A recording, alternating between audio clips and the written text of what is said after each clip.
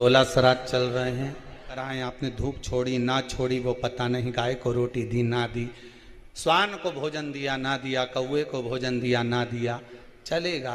पर जिस दिन अमावस्या के दिन पितृपक्ष समाप्त हो उस दिन प्रदोष काल में, प्रदोष के समय पर, प्रदोष काल में शाम के समय पर जाकर किसी भी नदी, तालाब, बावड़ी, कुआं, कहीं ना कहीं जो आपके पास में हो वहां पर एक घी का दिया, बत्ती का मुंह दक्षिण की ओर कर कर अवश्य जला कर जाना। सारे पितृदोष समाप्त हो जाएगा, सारा पितृदोष समाप्त। अमावस्या के दिन किसी भी जलाशय के पास में, नदी, तालाब, बावड़ी, कुआं, जो आपके शहर में, आपके गांव में, आपके नगर में हो वहां जाकर लगा।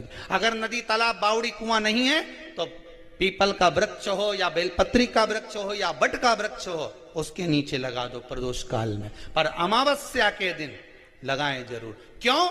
क्योंकि अमावस्या 16 दिन तक पितृ मृत्यु लोक में आने के बाद में भोजन ग्रहण करते हैं। अमावस्या के दिन पितृ शाम के समय प्रदोष काल में शंकर भगवान का नाम जाप कर कर नदी, तालाब, बावड़ी पर पानी पीने जाते हैं।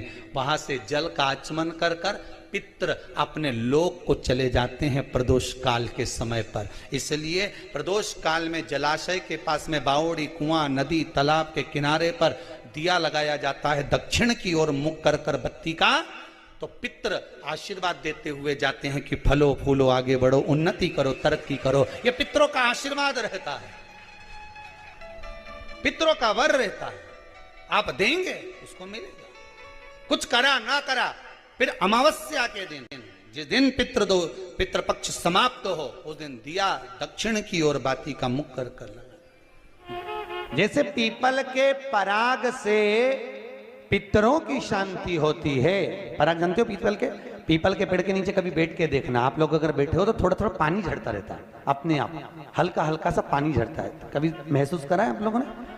पीपल के पेड़ के नीचे बैठना, हल्का हल्का पानी झड़ता रहता है। उस पीपल के पराग, पीपल के पेड़ के नीचे थाली रख दो, उसमें जो पराग झड़े, पीपल के पेड़ का पानी झड़े, उस पानी को पानी में मिलाकर दरवाजे पर अगर सातिया बना दिया जाए तो पितृदोष समाप्त हो जाता है। पितृदोष होता है, काल सर्प दोष होता है, वास्तु दोष होता है, उनको ज्यादा कुछ नहीं करना होना।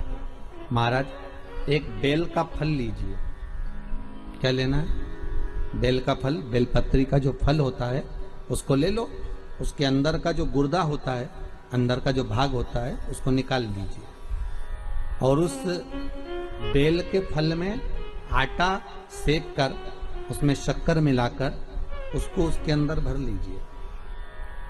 अमावस्या के दिन सुबह 10 बजे से पहले उस बेल फल में, जिसमें तुमने पंजेरी भरी है, आटा सेक कर भरा है शक्कर के साथ में, उसको अपने घर में घुमाने के बाद में जिसको काल सर्प दोष बताया है, पितृदोष बताया है या वास्तु दोष का स्मरण बताया है, घर में सब दूर घुमाकर अपने परिवार का हाथ का स्पर्श कराकर पीपल के पेड़ के नीचे खड्डा खोदकर उस बेलपत्र के उस फल को दाब दीजिए। उस फल को उसमें दबा दीजिए।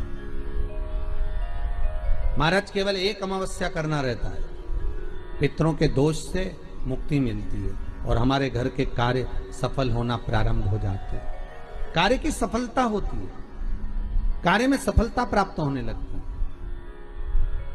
हम तो कई बार कहते हैं महाराज जी, अगर ऐसा लगे किसी औषधि को आप ले रहे हैं, मालूम पड़े कि औषधि आपको लग नहीं रही है, शिव महापुराण की कथा कर रही है, मान लो औषधि आपको नहीं लग रही, आपने औषधि बहुत दिनों से ले रहे हो, कोई दवाई, मान लो आप किसी भी दवाई को ग्रहण कर रहे हैं और वो औषधि लगी नहीं रही है, वो शरीर को लगी नहीं पा रही और आप ठीक ही नहीं हो पा रहे, 15 दिन हो गए, 8 दिन हो गए, बताओ, उतना की उतना ही कैटरीना है, उतना ही उतना अपना भरा हुआ, वही की वही लीवर, वही की वही किडनी, वही की वही स्मरण, सभी कुछ वही वही है,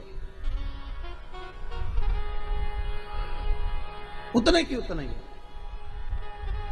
बीपी भी ऊंचा नीचा चल रहा है पर लेवल में नहीं आ रहा, शुगर भी लेवल में नहीं आ रही, तो प्रयास करा करो महाराज, बेलपत्री के फल का जो गुर्दा है, अंदर का जो भाग है फल का, उसको पानी में गला लीजिए और प्रदोष की प्रदोष, कम से कम प्रदोष नहीं हो और बीमारी जरा दवाई लगी नहीं रही हो तो बिना प्रदोष के भी कर सकते हो। उसको पानी में गलाइए आधा घंटा पानी में, जैसे आपको सुबह मंदिर जाना है 10 बजे, तो सुबह स्नान कर कर कम से कम 6:30-7 बजे उसको पानी में गला दीजिए और उस बेले के फल का गुर्दा से गला हुआ पानी शिव जी को ले जाकर समर्पित कर दीजिए। महाराज उस पानी में से थोड़ा सा 1 चम्मच पानी शिव जी पे चढ़ा हुआ लेकर आ जाइए।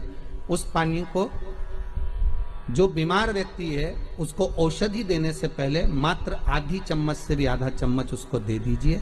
भगवान शंकर का श्री शिवाय नमस्तुभ्यम का जाप कर कर उस पानी को देने के बाद अगर आप औषधि देंगे तो ये पक्का है कि औषधि अपना कार्य करना प्रारंभ कर देगी और वो स्वस्थ होना प्रारंभ हो जाएगी। वो स्वस्थ हो औषधि